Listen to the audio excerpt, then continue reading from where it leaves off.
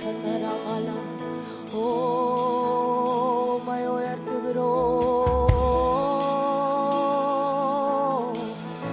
உம்மையே உயர்த்துகிறோம். என்னோட சேர்ந்து சொல்லுங்க, உம்மை உயர்த்துகிறோம்ப்பா, உம்மை உயர்த்த வந்திருக்கிறோம், உம்மை தொழுது கொள்ள வந்திருக்கிறோம். சொல்லுங்க, அப்பா உம்மை உயர்த்த நாங்கள் வந்திருக்கிறோம், உம்மை தொழுது கொள்ள நாங்கள் வந்திருக்கிறோம். ஓ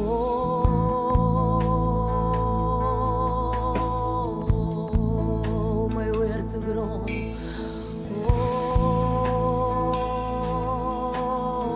உம்மை தொழுதுகிறோம். சொல்லுங்க, உம்மை உயர்த்துகிறோம், உம்மை தொழுகிறோம்.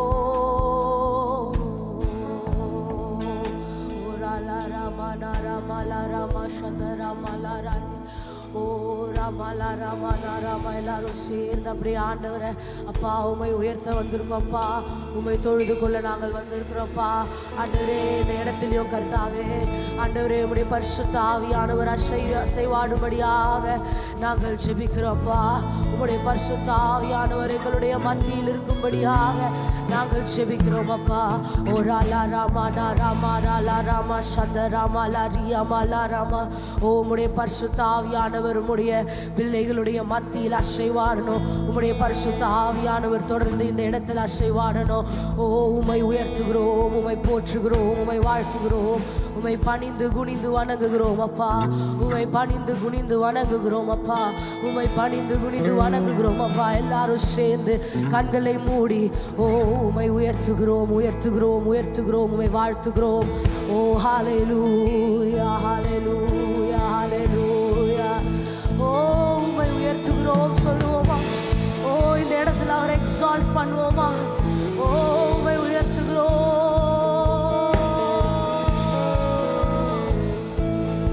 எல்லாரும் சேர்ந்து அவரை உயர்த்துங்க. ஓ அவரை உயர்த்துங்க,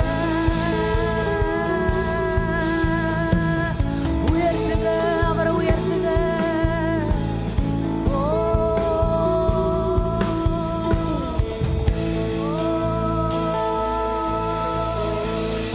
துதி உமக்கே, கனம் உமக்கே, புகழும் மேன்மையும் ஒருவருக்கே. துதி உமக்கே, கனம் உமக்கே, புகழும் மேன்மையும் ஒருவருக்கே. சொல்லுவோமா? துதி உமக்கே, துதி உமக்கே, கனம் உமக்கே, புகழும் மேன்மையும் ஒருவரு. துதி உமக்கே, துதி உமக்கே, கனம் உமக்கே, புகழும் மேன்மையும் ஒரே ஒரு கடைசியா சொல்லுவோமா? துதி உமக்கே, கனம் உமக்கே, புகழும் மேன்மையும் ஒருவருக்கே, புகழும் மேன்மையும் ஒருவருக்கே. இயேசுவே, இதனால வேலைக்காக நன்றி அப்பா. துதி உமக்கு, கனம் உமக்கு, புகழும் மேன்மையும் ஒருவருக்கே நாங்கள் செலுத்துகிறோம். இந்த நேரத்தில் கர்த்தாவே நீர் எங்களோட இருங்க. இந்த ஆராதனை முழுவதும் எங்களோட நீங்கள் அசைவாடுங்கப்பா. உம்முடைய பரிசுத்த கரம் எங்களை நடத்தி செல்லும்படியாக நான் ஜெபிக்கிறேன். ஆமென், ஆமென். ஹல்லேலூயா, ஹல்லேலூயா. நம்ம எல்லாரும் சேர்ந்து ஆண்டவரை உயர்த்த போறோம். உன்னதமானவரே என் உறைவிடம் நீர்தானே, நீர்தானே என் உறைவிடம், நீர்தானே என் புகலிடம் என்றவெல்லாம் சேர்ந்து பாடுவோம்.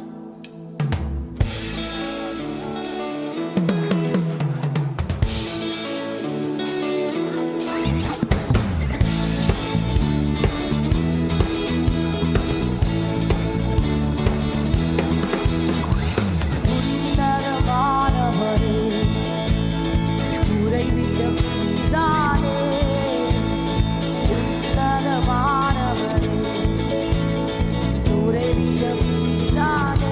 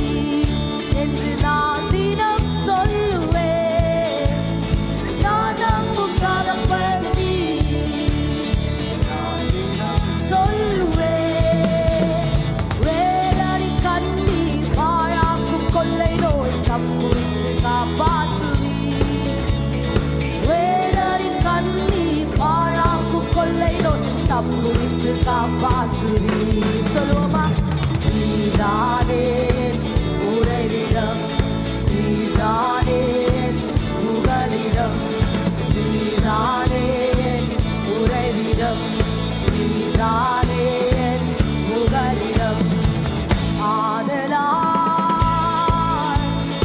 ஆபத்து நேரிடாது எந்த தீங்கும் மேற்கொள்ளாது ஆதலால் ஆபத்து நேரிடாது எந்த தீங்கும் மேற்கொள்ளாது கால் கல்லில் போதாமலே காக்கும் தூதன் எனக்கு உண்டு கால் கல்லில் போதாமலே காக்கும் தூதன் எனக்கு உண்டு நீதானே உறைவிடம் சொல்லுவோமா நீதானே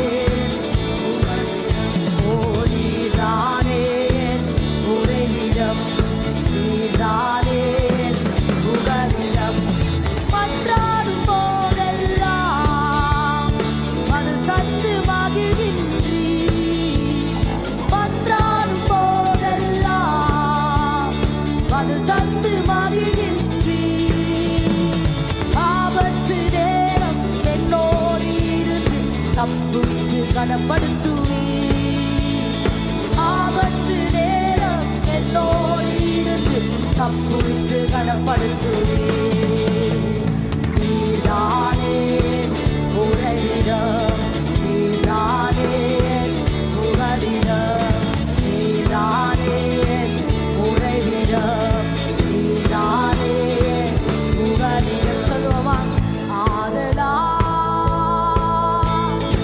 ஆபத்து நேரிடாது எந்த தீங்கும் மேற்கொள்ளாது ஆதலால் ஆபத்து நேரிடாது எந்த தீங்கும் மேற்கொள்ளாது கால் கல்லில் போதாமலே காக்கும் தூதன் எனக்கு உண்டு கால் கல்லில் போதாமலே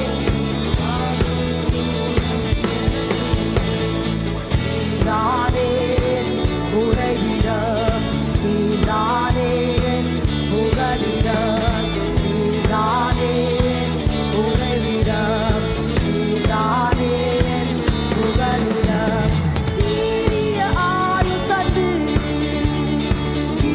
திருப்தியாக்குகிறீ நீரிய ஆயு தந்து சொல்லுவா திருப்தியாக்குகிறீ உமது சிறகால் மூடி மூடி மறைத்து பாதுகாக்கின்றீ உமது சிறகால் மூடி மூடி மறைத்து பாதுகாக்கின்றீ நீதானே உறைவிடம் சொல்லுங்க நீதானே புகலிதானே நீதானே உறைவிடம் நீதானே புகாதலால் ஆதலால் ஆபத்து நேரிடாது எந்த தீங்கும் மேற்கொள்ளாது ஆதலால் ஆதலால் ஆபத்து நேரிடாது எந்த தீங்கும் மேற்கொள்ளாது கால் கல்லில் போதாமலே காக்கும் தூதன் எனக்கு கால் கல்லில் போதாமலே ஓ போதாமலே காக்கும் தூதன் எனக்கு உண்டு நீதானே உறைவிடம் சொல்லுங்க நீதானே புகலிதானே நீதானே உறைவிடம் நீதானே இன்னொரு முறை சொல்லலாமா நீதானே நீதானே உறைவிடம் நீதானே புகல் கடைசியாய் நீதானே உறைவிடம் நீதானே புகலிடம் கைகளை தட்டி அவரை கனப்படுத்துவோமா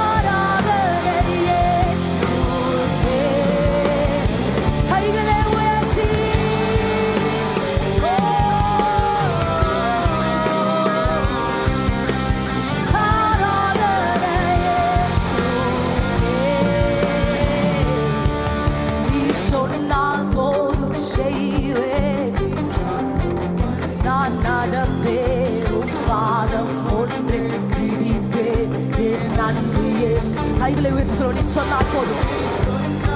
நான் செய்வேன் நீர் காட்டும் வழியில் நடப்பேன் உம் பாதம் ஒன்று பிடிப்பேன் என் அன்பு இயேசுவே.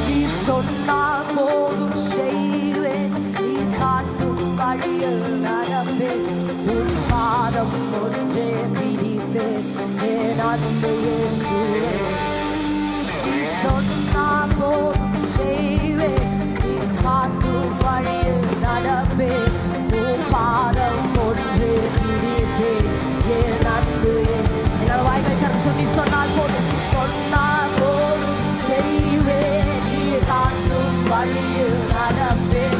ஓ பாதம் ஒன்றே பிடி. நீ சொன்னால் போதும், சொன்னால் போதும் செய்வேன். நீ காட்டும் வழியில் நடப்பேன். ஓ பாதம் ஒன்றே பிடிப்பேன். என் அன்பு இயேசுவே. ஓ இந்த நேரத்திலும் அப்பா ஆண்டவரே நீர் சொல்லுகிறதை நாங்கள் கேட்கிறோம். உம்முடைய பாதத்தை நாங்கள் பிடிக்கிறோம். நீங்க காட்டுகிற வழியில நாங்கள் நடக்கிறோம். ஒரு சபையாய், ஒரு குடும்பமாய் ஆண்டவரே நீங்க எங்களுக்கு செய்ய இருக்கிறதை உங்களிடம் சித்தம் என்ன என்று எங்களுக்கு நீங்கள் வெளிப்படுத்துங்கள் அப்பா. ஆண்டவரே, உம்முடைய சித்தம் என்ன என்று, எங்களுடைய குடும்பத்துக்கு என்ன என்று, பிள்ளைகளுக்கு என்ன என்று வெளிப்படுத்துங்க. இந்த நேரத்திலும் அப்பா உம்முடைய சபையை நீங்கள் ஆசீர்வதிங்க ஆண்டவரே. பாதுகாக்கிற தேவனாய், வழிகாட்டுகிற தேவனாய் உம்முடைய சபையை நீங்கள் ஆசீர்வதிங்கப்பா. எல்லா துதியும் கனத்தையும் மகிமையும் ஒருவருக்கே நாங்கள் செலுத்துகிறோம். ஆமென், ஆமென். உமக்கே எல்லாம் துதியப்பா, உமக்கே எல்லாம் துதி.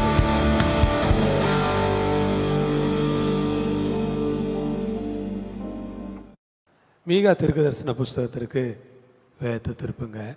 மீகா 3ஆம் அதிகாரத்தில் இன்னைக்கு ஒரு பகுதியை உங்களுக்கு போதிக்கலாம், உங்களோட பேசலான்னு 4ஆம் அதிகாரத்துலேயும் 3ஆம் அதிகாரத்துலேயும் இருந்து கொஞ்சம் பேசணும்னு நினச்சிருக்கிறேன். 8வது வசனம் சொல்லுது, நானோ யாக்கோபுக்கு அவன் மீறுதலையும் இஸ்ரவேலுக்கு அவன் பாவத்தையும் அறிவிக்கும்படி கர்த்தருடைய ஆவி அருளிய பலத்தினாலும் நியாயத்தினாலும் பராக்கிரமத்தினாலும் நிரப்பப்பட்டிருக்கிறேன். ஆண்டவருடைய நாமத்திற்கு மகிமை உண்டாகட்டும். இந்த இடத்துல சொல்கிறார், நானோ யாக்கோபுக்கு அவனுடைய மீறுதலை நான் என்ன பண்ண போகிறேன்னா, இந்த தீர்க்கதரிசி சொல்கிறாரு, யாக்கோபுக்கு அவனுடைய மீறுதலை, ஆண்டவருக்கு ஸ்தோத்திரம், நானும் யாக்கோபுக்கு அவனுடைய மீறுதலையும். தேவ ஜனமே, இன்னைக்கு கடவுள் நம்மளை எதுக்காக அழைச்சிருக்கிறாரு, நாம் ஏன் ரட்சிக்கப்பட்டிருக்கிறோம், எதனால் நம்ம தேவ பிள்ளைகளாக வாழ்கிறோன்னா, இந்த உலகத்தில் மீறி நடக்கிற ஜனங்களுக்கு அவங்களுடைய மீறுதல்களை அறிவிக்கிறதுக்கு ஆண்டவர் நம்மை தெரிஞ்செடுத்திருக்கிறார். நாம் செய்தியாளர்கள். ஆமே, நாம் யார்? செய்தியாளர்கள். நம்முடைய வாயில என்ன செய்தி இருக்க வேண்டும்? ஒருவன் செய்கிற மீறுதலை நாம் அவனுக்கு அறிவிக்க வேண்டும். நீங்கள் செய்கிறது மீறுதல், இந்த மீறுதலை நீங்கள் செய்யக்கூடாது, இந்த மீறுதலை நீங்கள் செய்வீர்களானால் அது ரொம்ப ஆபத்து என்று மீறுதல்களை அறிவிக்கிற ஒரு ஊழியம் அது. அல்லேலூயா. மீறுதலை அறிவிக்கிறார் அவர்.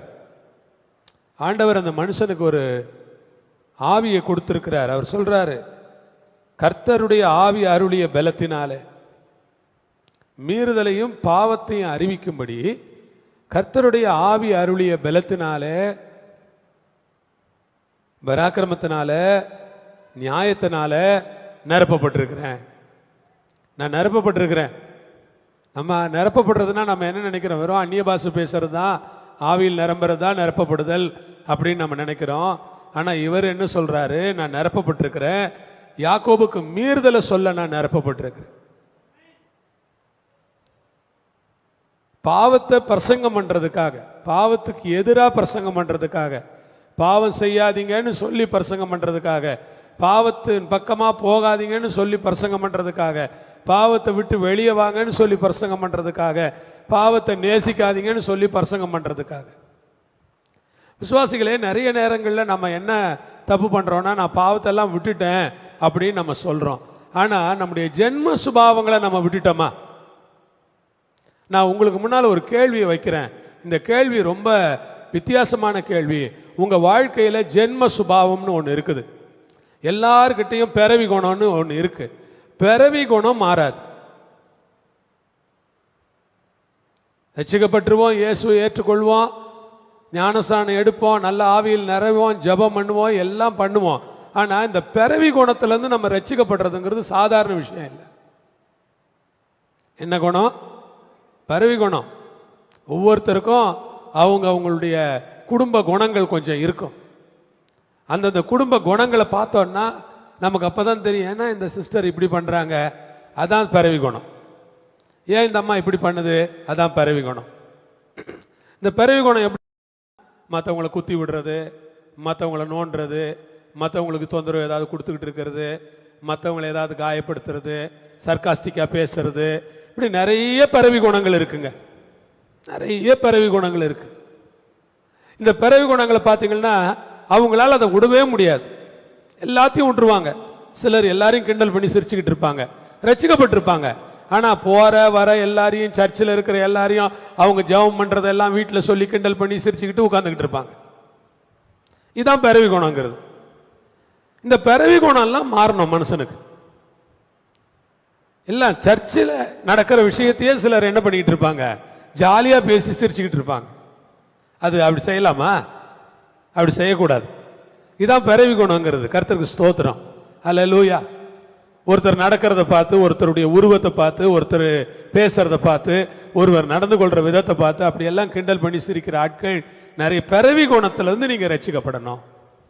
நம்ம எதை இன்னைக்கு அதிகமா அறிவிக்க வேண்டியது இருக்குன்னா, நீங்க பாவத்தை பற்றியும் மீறுதலை பற்றியும் அறிவிக்க கடமைப்பட்டிருக்கிறோம் நம்ம. ஆமென். நானோ என்று சொல்லுகிறார் பாருங்க. அதனா தன்னை ஒரு ஸ்பெஷலா பார்க்கிறார் அவர். நான் இப்படித்தான். கர்த்தருக்கு ஸ்தோத்திரம். சிலருக்கு சில பிறவி குணங்கள் இருக்கு. என்ன தெரியுங்களா? இப்போ நீங்க இருக்கீங்க, உங்களுக்கு ஒரு கஷ்டம் வந்தா நான் சொல்லுவேன், அதெல்லாம் ஒன்றும் இல்லை, சரியா போயிடும் சிஸ்டர் அப்படின்னு சொல்லுவேன். ஆனா எனக்கு வந்தா குதிப்பேன். எனக்கு வந்தா என்ன பண்ணுவேன்? அடுத்தவங்களுக்கு ஈஸியா சொல்லுவேன், அதெல்லாம் ஒன் ஜோம் பண்ணி அனுப்பிடுவேன். போன வாரம் ஒரு அம்மா வந்தாங்க. அந்த அம்மா நம்ம சபைக்கு ரொம்ப நாளாக வந்துட்டு இருக்காங்க. அம்மா சிஸ்டர்கிட்ட ஒரு காரியம் சொல்லியிருக்காங்க. அவங்க மகன் இறந்து போயிட்டார். எப்படி இறந்தாருன்னு தெரியல, ஆனால் இறந்துட்டார். அந்த அம்மா அப்படியே அழுகுறாங்க.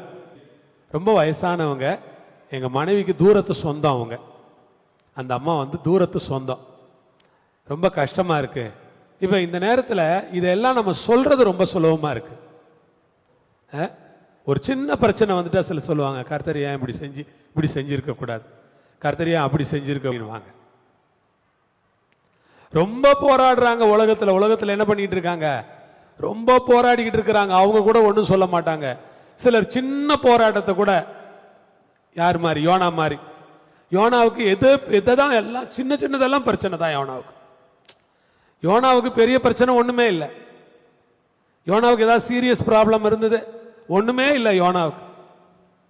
சின்ன பிரச்சனை எல்லாம் யோனாவுக்கு பெரிய பிரச்சனை. சிலருக்கு சின்ன பிரச்சனை எல்லாம் தலையில தூக்கிட்டு வீடு வீடா போய்கிட்டு இருப்பாங்க. என் பிரச்சனை தெரியுமா உங்களுக்கு, என் பிரச்சனை தெரியுமா, என் பிரச்சனை அது கேட்டா அது ரொம்ப சாதாரணமா இருக்கும். இதானாப்பா, இது ஒரு பெரிய பிரச்சனை மாதிரி தூக்கிட்டு அலையிறீங்க, வீடு வீடா போய் இதை வேற உட்காந்து மணிக்கணக்கா அடுத்தவங்க உயிரை எடுக்கிறீங்க. கர்த்தருக்கு ஸ்தோத்திரம். இந்த மாதிரி பிறவி குணங்கள் இருக்கு நிறைய பேர்கிட்ட. அப்ப நம்ம இந்த காரியங்கள் எல்லாம் புரிஞ்சுக்கிட்டு என்ன பண்ணணும் அப்படின்னா, இது கர்த்தருடைய ஆவி அருளிய பலம் நமக்கு வேணும். இதெல்லாம் நம்ம ஜெயிக்கணும்ல. ஒரு அபிஷேகம் நமக்கு வேணும். நியாயத்தினாலும் பராக்கிரமத்தினாலும் நம்ம என்ன பண்ணப்படணும், நிரப்பப்பட்டு இருக்கணும். கர்த்தருக்கு ஸ்தோத்திரம், அல்லேலூயா. 4ஆம் அதிகாரத்துக்கு போலாம். அங்கதான் என்னுடைய எண்ணம் இருந்தது. இன்னைக்கு 4ஆம் அதிகாரத்துல சொல்றாரு, கடைசியமாகிய பர்வதம் பர்வதங்களின் கொடுமுடியில ஸ்தாபிக்கப்பட்டு மலைகளுக்கு மேலாய் உயர்த்தப்பட்டிருக்கும், எல்லா ஜாதிகளும் அதனிடத்திற்கு ஓடி வரும்.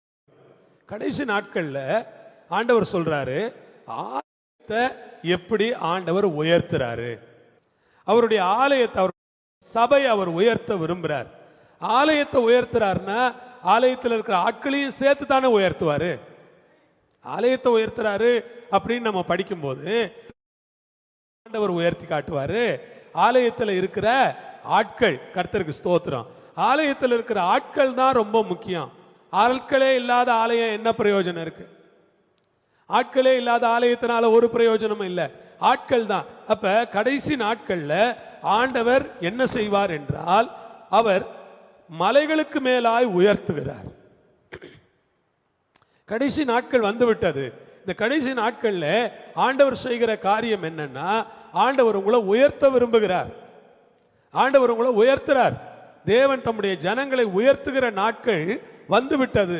பரிசுத்தமாய் வாழுகிற ஜனங்களை, உண்மையாய் வாழுகிற ஜனங்களை, ஞாயிற்றுக்கிழமை மாலையில நான் பிரசங்கித்தது போல செம்மையாய் நடக்கிற ஜனங்களை. 15ஆம் சங்கீதம் முதல் வசனம் பாருங்க, படியுங்க. கர்த்தாவே யாருடைய கூடாரத்தில் தங்குவான், யாருடைய பரிசுத்த பர்வதத்துக்கு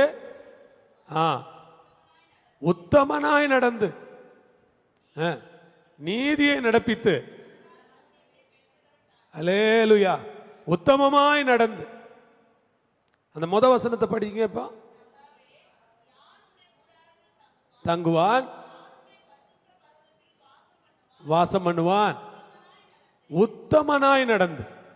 பாருங்க, இந்த கொஞ்சம் கவனிங்க. உத்தமனாய் நடந்து, உத்தமனா நடந்து. ஆண்டவர் 99 வயசு இருக்கும்போது ஆபிரகாம் கிட்ட சொல்றாரு, இல்ல நீ எனக்கு முன்னால நடந்துகிட்டு எப்படி இரு, உத்தமனா இரு. அன்னைக்கு யாரோ சிஸ்டர் பேசும்போது தான் சொன்னாங்கன்னு நினைக்கிறேன்.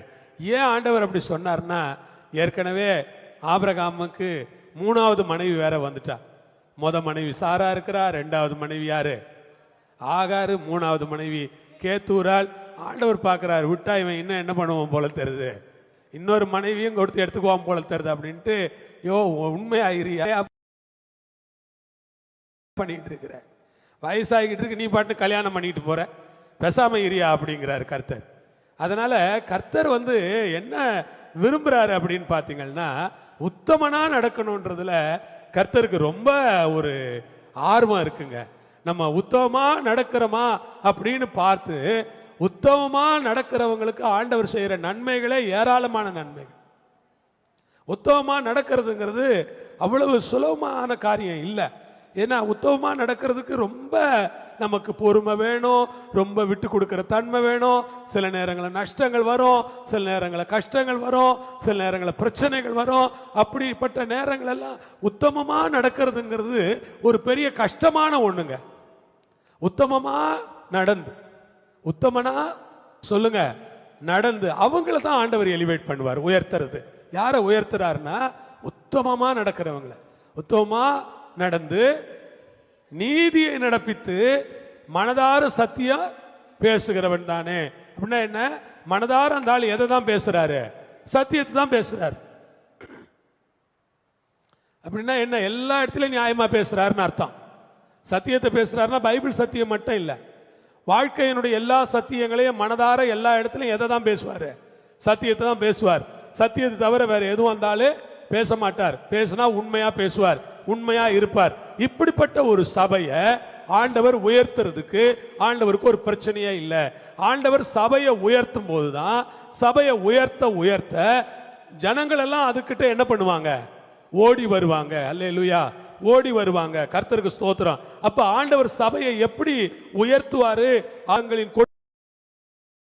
கொடுமுடியில ஸ்தாபித்து உயர்த்துவேங்கிறார, அதை எப்படி உயர்த்துவார்னு நீங்க யோசிச்சு பாருங்க.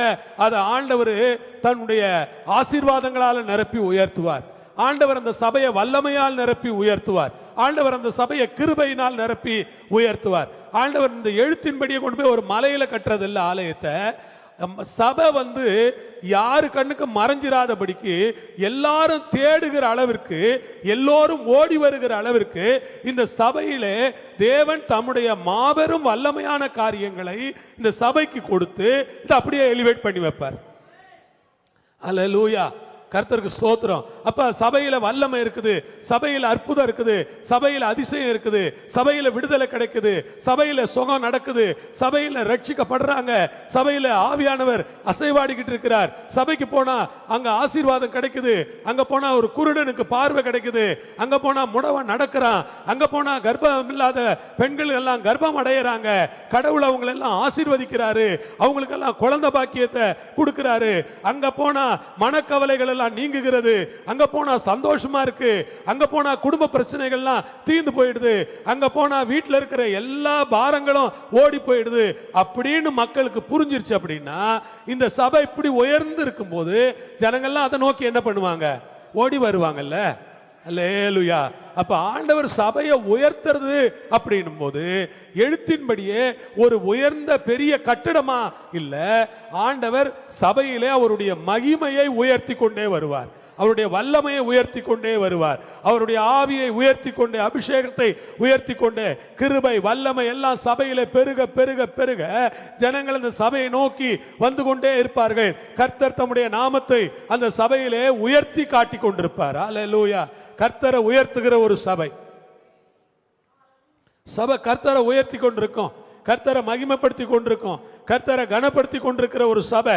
அப்படி ஒரு சபை கர்த்தரை உயர்த்தி கர்த்தரை மகிமைப்படுத்தி கர்த்தரை கனப்படுத்தி கொண்டிருக்குமானா அந்த சபையை கனப்படுத்த, அந்த சபையை உயர்த்த, அந்த சபையை மேன்மைப்படுத்த கர்த்தர் ரொம்ப வல்லவராய் இருக்கிறார். அல்லேலூயா சொல்ல கேட்கிறேன். அல்லேலூயா, பிரைஸ் தி லார்ட். அப்படியான சிஸ்டர், நீங்க எவ்வளவு உயர்த்தப்படுறீங்களோ அவ்வளவுதான் ஜனங்க நம்ம சபைக்கு வருவாங்க.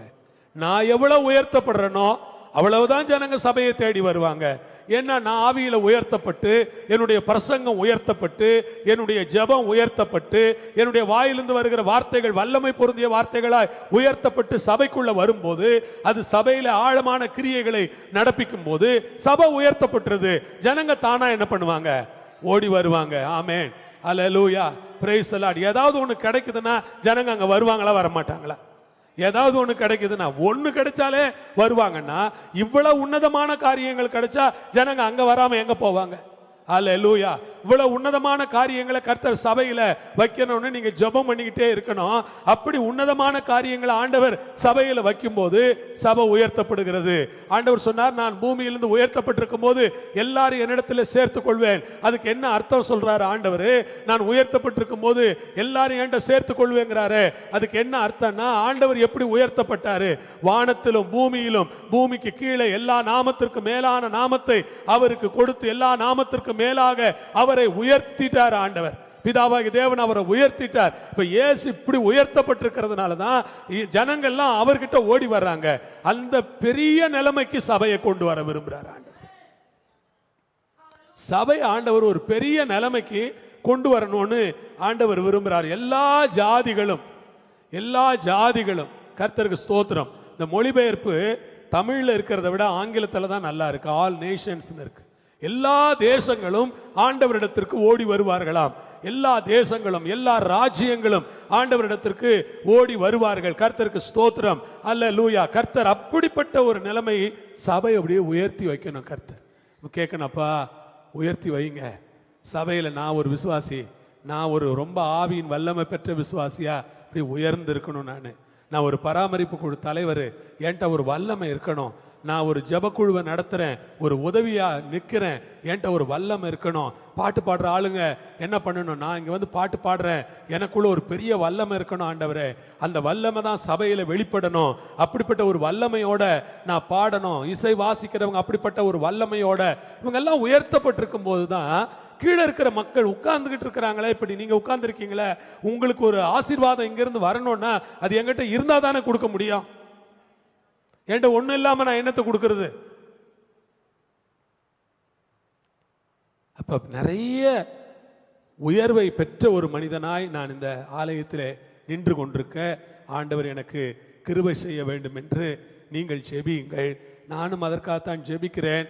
ஆண்டவருடைய நாமம் மகிமைப்படுவதாக, ஒரு பெரிதான வல்லமையால் நிரப்பப்பட்ட ஒரு பாத்திரமாக, அல்லேலூயா, ஒரு பெரிய அபிஷேகத்தினால் நிரப்பப்பட்ட ஒரு பாத்திரமாக, ஒரு பெரிய ஆவியின் வல்லமையை பெற்ற ஒரு பாத்திரமாக, ஏராளம் ஜனங்களுக்கு ஆசீர்வாதத்தை அள்ளி கொடுக்கிற ஒரு பாத்திரமாக கர்த்தர் இந்த பாத்திரத்தை அவர் தம்முடைய ஆவியினாலும் வல்லமையினாலும் நிறைத்து ஆசீர்வதித்து திரளான மக்களுக்கு ஆசீர்வாதமாக்க வேண்டும் என்று நீங்களும் நானும் ஏறெடுக்கிற ஜெபங்கள் வீண் போகாது. பாருங்க, திரளான ஜாதிகள் புறப்பட்டு வந்து நாம் கர்த்தரின் பர்வதத்துக்கும் யாக்கோபின் தேவனுடைய ஆலயத்துக்கும் போவோம் வாருங்கள், அவர் தமது வழிகளை நமக்கு போதிப்பார், நாம் அவர் பாதைகளில் நடப்போம் என்பார்கள். ஏனெனில் சியோனிலிருந்து வேதமும் எருசலேமிலிருந்து கர்த்தரின் வசனமும் வெளிப்படும். இது இன்னும் எப்படி உயர்த்தப்படுது பாருங்க. வல்லமை, வரங்கள், அபிஷேகம், கிருபையினால உயர்த்தப்படுறது மாத்திரம் இல்லை. இந்த சபை எப்படி உயர்த்தப்படுதுன்னா வசனம். இந்த சபை எப்படி உயர்த்தப்படுது? வசனம். இந்த சர்ச்சில் என்ன வெளிப்படணும்? கர்த்தருடைய வார்த்தை, கர்த்தருடைய வசனம் வெளிப்படணும். கர்த்தருடைய வார்த்தை வெளிப்படும் போது, கர்த்தருடைய வசனம் வெளிப்படும் போது, சபையில கர்த்தருடைய வார்த்தை வல்லமையா வெளிப்படும் போது, கர்த்தருடைய வசனம் வல்லமையாய் வெளிப்படும் போது, அது தீர்க்க தரிசனமாய் வெளிப்படும் போது, அந்த வசனம் இதுவரை நாம கேட்காத விதத்திலே போதகர் இதை போதிக்கிறாரே, இதுவரை நாம் புரிந்து கொள்ளாத வகையிலே இந்த வசனத்தை பிட்டு கொடுக்கிறாரே பரிசுத்த ஆவியானவர், இதுவரை நாம் உணர்ந்திராத வகையிலே இந்த வசனத்தை ஆவியானவர் விலக்கி கொடுக்கிறாரே, வேத வார்த்தைகள் எங்கள் சபையிலே விவரமாய் போதிக்கப்படுகிறது. அந்த வசனம் வெளிப்பட வெளிப்பட வெளிப்பட ஜனங்கள் அங்கே கூடுவார்கள். வசனம் ஒரு பெரிய வல்லமை மிகுந்த ஆயுதம். அதுதான் மிகப்பெரிய சக்தி. வசனம் தான் தேவன். தேவனை நான் வசனம் பேச பேச நான் தேவனை தான் பேசிக் கொண்டிருக்கிறேன். ஹல்லேலூயா, கர்த்தருக்கு ஸ்தோத்திரம். திரளான ஜாதிகள் புறப்பட்டு நாம் அங்கே போவோம், வாருங்கள். அவர் தமது வழிகளை நமக்கு போதிப்பார். ஆண்டவர் என்ன போதிப்பாரா? வழிகளை போதிப்பாரா. மகளே இதுதான் வழி, மகனே இதுதான் வழி. கர்த்தருக்கு ஸ்தோத்திரம். சபையிலே வந்து ஜனங்கள் என்ன கற்றுக்கொள்கிறார்கள், எப்படி வாழ வேண்டும் என்று கற்றுக்கொள்கிறார்கள், தெய்வீக வழி என்னவென்று கற்றுக்கொள்கிறார்கள், தெய்வீக பாதை எப்படிப்பட்டது என்று கற்றுக்கொள்கிறார்கள், தேவனுக்கு பயந்து வாழ்வது எப்படி என்று கற்றுக்கொள்கிறார்கள். அதுதான் சபை போதிக்கிறது. சபை அதை போதிக்கத்தான் தேவன் சபையை ஸ்தாபித்தார். அதை போதிக்கத்தான் தேவன் சபையை நிறுவினார். அதற்காக என் தேவனை நான் நன்றியோடு ஸ்தோத்தரிக்கிறேன். கர்த்தருடைய வழிகளை போதிக்கிற இடம் சபை. சகோதர சகோதரிகளே, உங்களுக்கான பாதைகள் தெரியாத போது, நீங்கள் இங்கே வந்து உட்காரும் போது, கர்த்தர் நீங்கள் எப்படி நடக்க வேண்டும் என்று அவரே உங்களுக்கு போதிப்பார். அவரே உங்களுக்கு கற்றுக் கொடுப்பார். அவரே அதை உங்களுக்கு உணர்த்தி கொடுப்பார். அவரே அதை உங்களுக்கு புரிய வைப்பார். அவரே அதை உங்களுக்கு தெளிவுபடுத்தி கொடுப்பார். அப்படியானால் என்ன நடக்கும்? அவர் தம்முடைய வழிகளை போதிப்பார். நாம் அவர் பாதைகளில் நடப்போம் என்பார்கள். அவர் பாதையில் நடப்போம்பா. இந்த மாதிரி ஒரு வழி எங்க இருக்கு? இந்த பாதை எப்படிப்பட்ட பாதை? இடுக்கமான பாதை இல்ல. ஆனா ஜனங்க என்ன சொல்லுவாங்களா? அவர் பாதைகளில் நடப்போம், வாருங்கள். நம்ம இப்பவே இடுக்கமான பாதைங்கிறோம். 10 கற்பனை இருந்துச்சு, அப்ப எவ்வளவு இடுக்கமா இருந்திருக்கும். அது 10 கற்பனை. 10 கற்பனையில 1ல ஃபெயில் ஆனா கூட 10லயும் ஃபெயில், மறுபடியும் பாஸ் பண்ணணும் அவன். 10 கற்பனை பயங்கர கஷ்டம். அந்த இடுக்கமான பாதை, ஆண்டவர் சொல்றாரு பாதை இடுக்கமானதுதான். ஆனா கர்த்தர் என்ன சொல்றாரு? அந்த ஜனங்க என்ன சொல்றாங்க? நாம் அவருடைய பாதைகளில் நடப்போம், வாருங்கள் என்கிறார்கள். பாதையில போவோயா. ஆண்டவருடைய பாதை நல்ல பாதையா, அது நித்தியத்துக்கு போற பாதையா, பரலோகத்துக்கு போற பாதையா, அதுதான் நம்மளை மகிமையில கொண்டு போய் சேர்க்கிற பாதையா. அல்லேலூயா, ஆமென். கர்த்தருக்கு ஸ்தோத்திரம். இந்த பாதையை நம்ம கண்டுபிடிச்சிட்டோம். ஆனா நிறைய கண்டுபிடிக்காத ஜனங்க வருவாங்களா? கர்த்தருடைய வழி பாதைகளில் நடப்போம், வாருங்கள். அவர் பாதைகளில் நடப்போம், வாருங்கள் என்பார்கள். ஏனெனில் சியோனில் இருந்து வேதமும் எருசலேமில் இருந்து கர்த்தரின் வசனமும். வசனம் இது நம்ம சும்மா படிச்சிடுறது இல்ல. வசனம் வெளிப்படணும். வசனம் என்ன பண்ணணும்? வசனத்தை ஆண்டவர் ரிவீல் பண்ணணும். ஆண்டவருடைய வார்த்தை வெளிப்பட்டு வரணும். ஆண்டவருடைய வசனம் வெளிப்பட்டு வரணும். சபையில் ஆண்டவருடைய வார்த்தை வெளிப்பட்டு வரும்போது, ஆண்டவருடைய வசனங்கள் வெளிப்பட்டு வரும்போது, ஆண்டவருடைய வார்த்தை வெளிப்பட்டு வரும்போது, அது ஒரு வெளிப்பாடாக வரும்போது, அது ஒரு ரெவலேஷனாக, அது ஒரு இன்ஸ்பிரேஷனாக சபைக்குள்ளே வரும்போது என்ன நடக்கும் என்றால், கர்த்தருடைய பிள்ளைகள் அதனால் ரொம்ப ஆசீர்வதிக்கப்படுவார்கள். அதனால் ஜனங்களுக்கு அங்கு ஒரு பெரிய பலன் உண்டாகும். அந்த வெளிப்படுத்தல்களை கேட்கும் போது ஜனங்களுக்குள்ள ஒரு உற்சாகம் ஏற்படும். நான் சொல்லுகிறேன், இந்த காலை வேளையிலே ஜெபம் பண்ணி கொண்டிருக்கிற இந்த உபவாச நாட்கள், இந்த மத்தியான நேரத்திலே கர்த்தருடைய வார்த்தை நமக்காக வெளிப்பட்டு கொண்டிருக்கிறது. வெளிப்படுகிற கர்த்தருடைய வார்த்தைகளுக்கு நாம் செவி கொடுப்போம். இஸ்ரவேல் மக்களுக்கும் யாக்கோபுக்கு அவன் பாவத்தை அறிவிக்க, நான் கர்த்தர் அருளிய ஆவியின் பலத்தினால் நிரப்பப்பட்டிருக்கிறேன். அவருடைய நியாயத்தினாலும் அவருடைய பராக்கிரமத்தினாலும் என்ன செய்யப்பட்டிருக்கிறேன்? நிரப்பப்பட்டிருக்கிறேன். அப்படி நிரப்பப்பட்டிருக்கிற அந்த மனிதன் தான் சொல்லுகிறார், கடைசி நாட்களிலே ஆலயத்தை கர்த்தர் உயர்த்த போகிறார். அல்லேலூயா.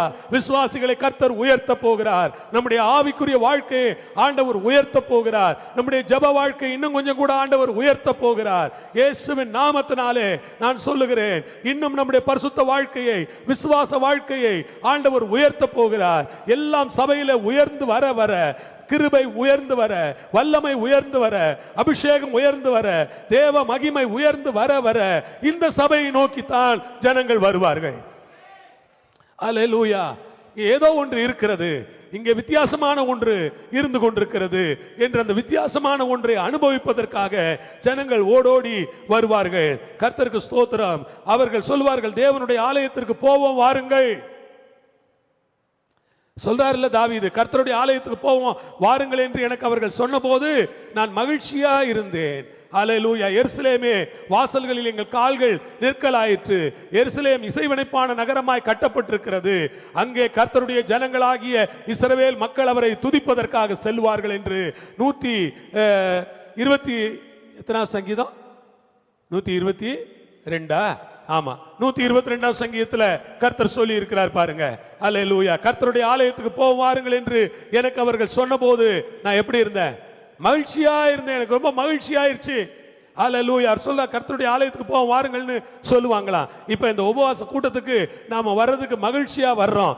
நம்ம பிரியாணி கொடுத்தா கூட அவ்வளவு சந்தோஷமா வர மாட்டோம். உபவாசம் வாங்க அப்படின்னா சந்தோஷமா வர்றோம். ஏன்னா நமக்கு தெரியும் இது எவ்வளவு மகிழ்ச்சியானது என்பது. அல்லேலூயா. உபவாசம் மகிழ்ச்சிகரமானது, உபவாசம் உற்சாகமானது, உபவாசம் அற்புதங்களை கொண்டு வரக்கூடியது, உபவாசம் அதிசயங்களை கொண்டு வரக்கூடியது. உபவாசத்தின் மூலமாய் வல்லமையான காரியங்கள் நடக்கும் என்று நமக்கு தெரியும். தேவன் இறங்கி வருவார். தேவனுடைய இருதயத்தை கவர்ந்து கொள்ளக்கூடிய ஒரு உபவாசத்தை நாம் செய்து கொண்டிருக்கிறபடியினால் நிச்சயமாய் தேவன் ஏதாவது நமக்கு செய்வார் என்கிற ஒரு பெரும் நம்பிக்கை நமக்கு இருப்பதனால்தான் இந்த நாட்கள் நாம் உபவாசித்த ஆண்டவர் சமூகத்துக்கு வருகிறோம். ஏன் இந்த மகிழ்ச்சி? கர்த்தருடைய ஆலயத்திற்கு வருகிற மகிழ்ச்சி. அல்லேலூயா. Praise the lord. இங்கே ஒன்றும் பெரிய படிப்பு படித்த மனிதர்கள் நமக்கு அதையும் இதையும் போதிக்கிறதில்லை, அல்லது உலகத்திலேயே இல்லாத சிறந்த காரியங்களை இங்கே போதிக்கிறதில்லை. இங்கே வசனம் மட்டும்தான் போதிக்கப்படுகிறது. ஆனால் அந்த வசனத்திற்காகத்தான் இங்கே மக்கள் கூட்டம் கூட்டமாய் கூடுகிறார்களே தவிர வேறொன்றுக்காகவும் அல்ல. தேவனுடைய அற்புதங்களுக்காக, அடையாளங்களுக்காக, அவருடைய வசனங்களுக்காக நான் சொல்லுகிறேன். இதுவரை வெளிப்பட்ட கர்த்தருடைய வசனங்கள் அல்ல, இன்னும் என் மூலமாக இங்கே வந்து நிற்கிற ஊழிய காரர்கள் மூலமாக, என் குடும்பத்தில் ஊழியம் செய்கிறவர்கள் மூலமாக கர்த்தருடைய வசனங்கள் ரொம்ப வல்லமையாய் வெளிப்பட வேண்டும் என்று நாம் தொடர்ந்து ஜெபிக்க வேண்டும். வாயை திறந்தால் கர்த்தருடைய வார்த்தைகள் புறப்பட வேண்டும். அல்லேலூயா. இந்த வார்த்தைகளை கேட்டு ஜனங்கள் சந்தோஷம் அடைய வேண்டும், களி கூற வேண்டும். ஓ, இந்த வார்த்தைகளுக்காக நன்றி என்று ஜனங்கள் கர்த்தருக்கு நன்றி சொல்லும் அளவிற்கு கர்த்தருடைய வார்த்தை வெளிப்பட வேண்டும் என்று அப்படி எல்லாரும் எழுந்து நின்று ஜெபம் பண்ணலாமா? கர்த்தரை ஸ்தோத்திரித்து எல்லாரும் எழுந்து நின்று கர்த்தருக்கு நன்றி சொல்லுவோமா? அல்லேலூயா. உம்மை நோக்கி பார்க்கிறோம் ஆண்டவரே. ஸ்தோத்திரம் ஆண்டவரே, ஸ்தோத்திரம் ஆண்டவரே, ஸ்தோத்திரம் ஆண்டவரே, ஸ்தோத்திரம் ஆண்டவரே, ஸ்தோத்திரம் ஆண்டவரே, ஸ்தோத்திரம் ஆண்டவரே, ஸ்தோத்திரம் ஆண்டவரே, ஸ்தோத்திரம் ஆண்டவரே. எல்லாரும் கைகளை உயர்த்தி ஸ்தோத்திரம் பண்ணுவோம். இயேசுவின் நாமத்திலே துதிக்கிறோம். உபவாச நாட்களை கொடுத்ததற்காக நன்றி செலுத்துகிறோம். தேவனுடைய மகிமைக்காக, மகத்துவங்களுக்காக, பராக்கிரமத்துக்காக. ரிகா தரபலா ஷேகரபலா துரபலா கராலா ரியாலபரா அந்தராலா கராலா தீரபலா சங்கரா லிமௌரி கரௌலா துரபௌனியா Amara தீரிபி கந்தரா கமோரி cholera ஷெங்கராலபா ரியாலமரா Karoli ரிபானா கந்தலோ Riya Rebecca ரிகமோரியா லாந்தரபா நீக்கிரிபிலி சங்கரபா கரா ரியாலபரா கந்தலமா கரபலா தீரபனா ரியாலபரா கந்தரோ நிமாரி லீகபா ரபௌகா. எல்லாம் கர்த்தரை துதியுங்கள். அல்லேலூயா. கரங்களை தட்டி அவருடைய வார்த்தைகளுக்காய் நன்றி சொல்லுங்கள். இந்த ஆலயத்தை உயர்த்த போகிறார். இந்த ஆலயத்தில் இருக்க ஜனங்களை உயர்த்த போகிறார். அவருடைய ஆவிக்குரிய வாழ்க்கை உயர்த்த போகிறார். சரீர பிரகாரமான வாழ்க்கை உயர்த்த போகிறார். பொருளாதார வாழ்க்கை உயர்த்த போகிறார். ஆண்டவரே உயர்த்துங்க, ஆண்டவரே உயர்த்துங்க, ஆண்டவரே. ஆண்டவரே எங்களுடைய ஸ்பிரிச்சுவல் ஸ்டாண்டர்டை மாத்துங்க ஆண்டவரே. பினான்சியல் ஸ்டாண்டர்டை மாத்துங்க ஆண்டவரே. ஆண்டவரே எங்கள் பிசிக்கல் பிளெஸிங்ல ஒரு பெரிய ஸ்டாண்டர்ட் வர கிருபை செய்யுங்க ஆண்டவரே. இயேசுவின் நாமத்தினாலே எங்களை இன்னும் மேன்மைப்படுத்துங்க ஆண்டவரே. இன்னும் உயர்வடைய பண்ணுங்க ஆண்டவரே. கனப்படுத்துங்க. ரிபாக்கே கராபாக்கி ராபாக்கா. இதுவரை கண்டது அல்ல ஆண்டவரே. இனிமேல் நாங்கள் காணப்போகிற மகிமை தான் பெரிய மகிமை ஆண்டவரே. இதுவரை பார்த்ததை விட ஒரு பெரிய மகிமையை நாங்கள் பார்க்க போகிறோம் ஆண்டவரே. அல்லேலூயா. அன்பானவர்களே, அது மாத்திரமல்ல, இந்த இயர் வந்து நமக்கு ஒரு ஸ்பெஷல் இயர். ஏன் தெரியுங்களா? நம்ம மினிஸ்ட்ரி ஆரம்பிச்சு 30 வருஷம் ஆகுது. அல்லேலூயா. கரங்களை தட்டி ஆண்டவருக்கு ஒரு நன்றி சொல்வோம். இந்த 30வது வருஷத்தை புதிய ஆலயத்தில் செலிப்ரேட் பண்ணணுங்கிறதுக்காக தான் கட்டிட பணிகளை நம்ம தொடங்கணும். பரவாயில்ல, நம்ம இப்படி செலிப்ரேட் பண்ணணுன்னு தான் ஆண்டவர் விரும்புகிறாருன்னா இப்படியே செலிப்ரேட் பண்ணுவோம் நம்ம. அல்லேலூயா. கர்த்தருக்கு ஸ்தோத்திரம். 30 ஆண்டுகள் நம்முடைய ஊழியத்தை அருமையாக ஆண்டவர் நடத்தினார். ஆமென். அல்லேலூயா. இந்த மாதம் முழுவதும் நாம் செலிப்ரேட் பண்ணலாம் ஆண்டவரை. இந்த உபவாச நாட்கள் ஆண்டவரை செலிப்ரேட் பண்ணுவோம். அல்லேலூயா. ஆகஸ்ட் 18ஆம் தேதி சண்டே விசேஷமாக செலிப்ரேட் பண்ணி ஆண்டவரை மகிமைப்படுத்துவோம். கர்த்தர் ரொம்ப நல்லவராக இருக்கிறார். கைகளை உயர்த்தி கர்த்தரை ஸ்தோத்தரிக்கலாம். நடத்தின வழிகளுக்காய் நன்றி. 30 ஆண்டுகள் உண்மை உள்ளவராக இருந்ததற்காக நன்றி. 30 ஆண்டுகள் போதுமானவராக இருந்ததற்காக நன்றி. 30 ஆண்டுகள் நன்மை செய்ததற்காக நன்றி. 30 ஆண்டுகள் எங்களுக்கு நீர் பாராட்டின எல்லா கிருபைகளுக்காக நன்றி. இரக்கங்களுக்காக, ஈவுகளுக்காக நன்றி. தொடர்ந்து எங்களோடு இருப்பீராக, எங்களை ஆசீர்வதிப்பீராக, சாட்சியாய் நிறுத்துவீராக. ஆண்டவரே, நீர் வரும் வரை இந்த ஊழியம் நிலைத்திருக்கத்தக்கதாய் கிருபை பாராட்டுவீராக. இயேசுவின் நாமத்திலே ஜெபிக்கிறோம் எங்கள் பரமபிதாவே. எல்லாரும் சொல்லுவோமா, என் ஆத்மாவே கர்த்தரை ஸ்தோத்திரி, முழுவல்லமே பரிசுத்த நாமத்தை ஸ்தோத்திரி. ஆமென். நம்முடைய கர்த்தராகிய இயேசுவின் கிருபை, பிதாவாகிய தேவனுடைய அன்பு, பரிசுத்த ஆவியானவருடைய ஐக்கியம் நம் அனைவரோடும் எல்லா பரிசுத்தவான்களோடும் இயேசுவின் வருகை மட்டும் இருப்பதாக. ஹல்லேலூயா, ஹல்லேலூயா. கர்த்தர் உங்களோடு இருப்பார், உங்களை ஆசீர்வதிப்பார். சமாதானத்தோட போயிட்டு வாங்க. God plus.